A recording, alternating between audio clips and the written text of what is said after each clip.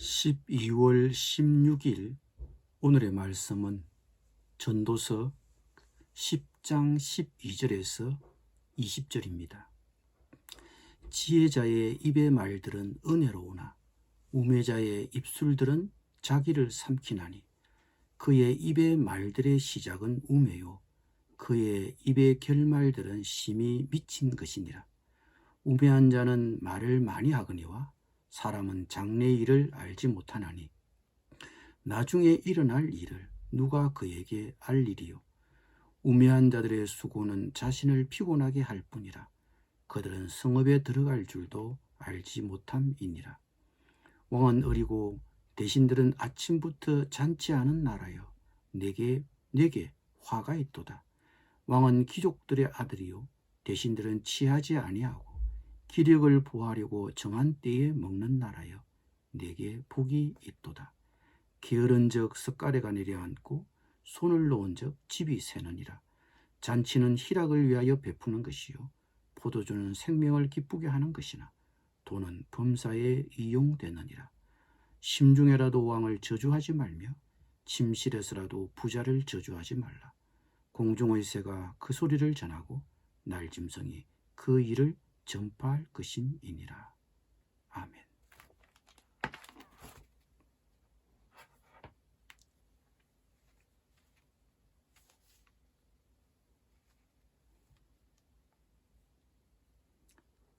어제 본문에서 우리는 어리석은 사람들의 특징에 대해 살펴보았습니다.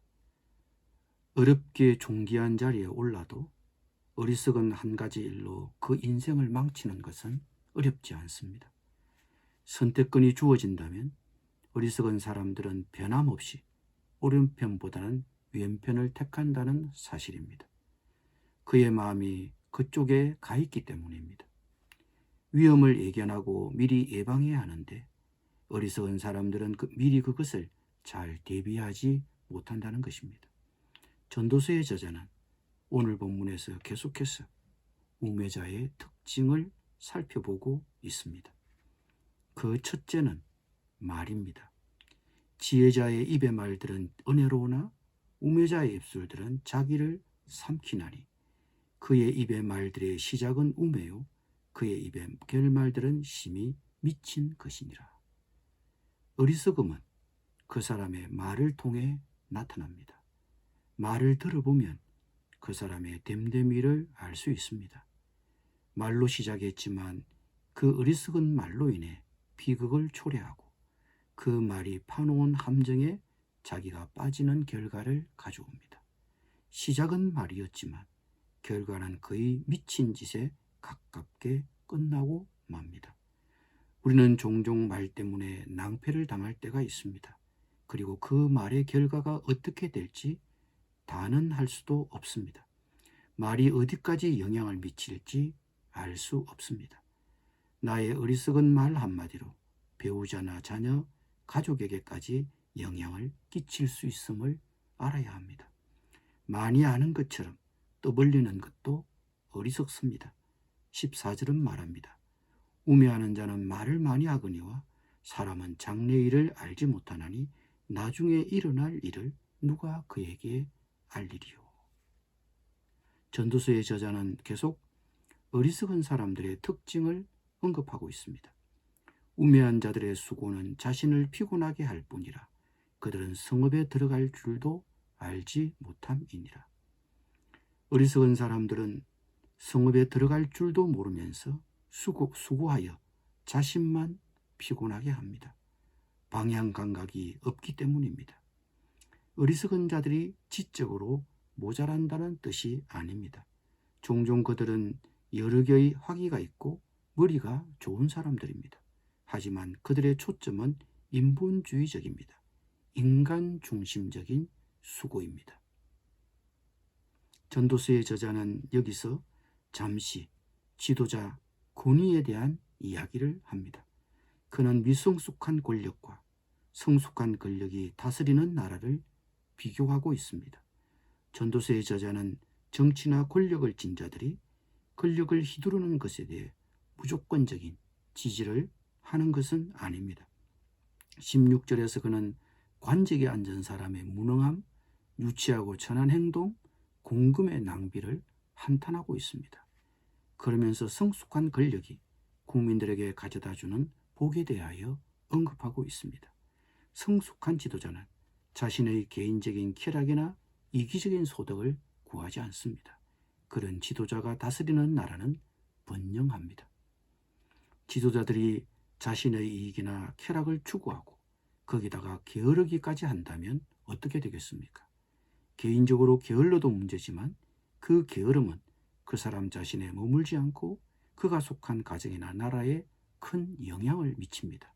게으른 적 숟가래가 내려앉고 손을 놓은 적 집이 샜느니라. 가장이 게으르면 그 가정에 참담한 결과를 가져오지만 지도자가 게으르면 그 나라에 큰 여파를 미칩니다. 우리는 이스라엘 백성이 미성숙하고 무책임한 지도자를 두었을 때 그 나라가 어떻게 쇠퇴하고 멸망했는지를 알고 있습니다. 이기심과 게으름이 그 지도자들의 큰 문제였습니다. 전도서의 저자는 19절에서 잔치와 포도주와 돈에 대하여 호의적으로 얘기하고 있는 것 같습니다. 잔치는 희락을 위하여 베푸는 것이요, 포도주는 생명을 기쁘게 하는 것이나 돈은 범사에 이용되느니라. 마치 여피족의 사고방식이나 생활 태도를 보여주는 것처럼 보입니다. 그런데 이미 전도서의 저자는 은을 사랑하는 자는 은으로 만족하지 못하고 풍요를 사랑하는 자는 소득으로 만족하지 아니한다고 5장에서 이미 언급한 바가 있습니다. 심지어 헛되다고 했습니다. 돈이 물론 범사에 유용하긴 하지만 돈은 결코 만족을 주지는 못합니다. 정부나 기업, 가정, 심지어 교회까지도 재정만 있다면 이것저것 다 할 수 있다는 생각에 사로잡힐 수 있습니다. 재정으로 문제를 해결하려고 합니다. 그러나 돈이 가진 문제는 우리의 문제 해결을 위해 하나님보다 돈을 더 의지하게 한다는 데 있습니다. 돈으로 다 해결하려고 합니다. 우리는 이런 문제에서 자유로운가요? 돈은 범사에 유익합니다. 그러나 돈을 사랑하는 것을 성경은 경고하고 있습니다. 전도서의 저자는 마지막으로 또 말에 대해 주의를 기울이게 합니다. 우리의 말은 늘 생각해 볼 만한 가치가 있습니다. 심중에라도 왕을 저주하지 말며 침실에서라도 부자를 저주하지 말라. 공중의 새가 그 소리를 전하고 날짐승이 그 일을 전파할 것임이니라. 기탄 없이 말을 해야 할 때가 있습니다. 그러나 생각 없이 말하는 사람은 문제를 일으킬 수 있습니다. 특히 윗사람 앞에서는 말입니다. 전도서의 저자는 심중에라도 침실에서라도 말에 주의를 기울이라고 조언하면서 공중의 새가 그 소리를 전하고 날짐승이 그 일을 전파할 것이라고 경고하고 있습니다. 마음속에 품은 저주가 침실에서, 부부간의 한 은밀한 대화가 마음속에 품은 저주가 침실에서 부부간의 한 은밀한 대화가 결국 알려지게 된다고 하니 믿고 싶지는 않지만 참 두려운 일입니다. 나는 말을 아끼고 있는가? 나는 말을 삼가고 있는가? 나는 입을 귀중하게 여기는가? 자신을 바로 세우는 물음으로 삼아야 합니다. 남에게 불쾌감을 주는 말, 남에게 상처를 주는 말, 남에게 유익이 되지 못하는 말은 삼가는 것이 좋을 것입니다. 오늘 전도서의 저자는 어리석은 사람의 특징을 여럿 들려주었습니다. 나에게 적용해야 할 것은 무엇입니까? 나는 말을 조심합니까? 나의 수고나 노력은 인간 중심적이지는 않습니까? 지도자들이 자신의 이익이나 쾌락을 추구하지 않고 게으르지 않도록 성숙한 지도력을 위해 우리는 기도하고 있습니까? 돈을 사랑하지는 않습니까? 기도드리겠습니다. 주님, 특별히 말에 주의를 기울이고 입을 귀중히 여기게 하여 주옵소서. 오늘 하루 말을 아끼는 하루가 되게 하여 주옵소서. 예수님의 이름으로 기도드립니다. 아멘.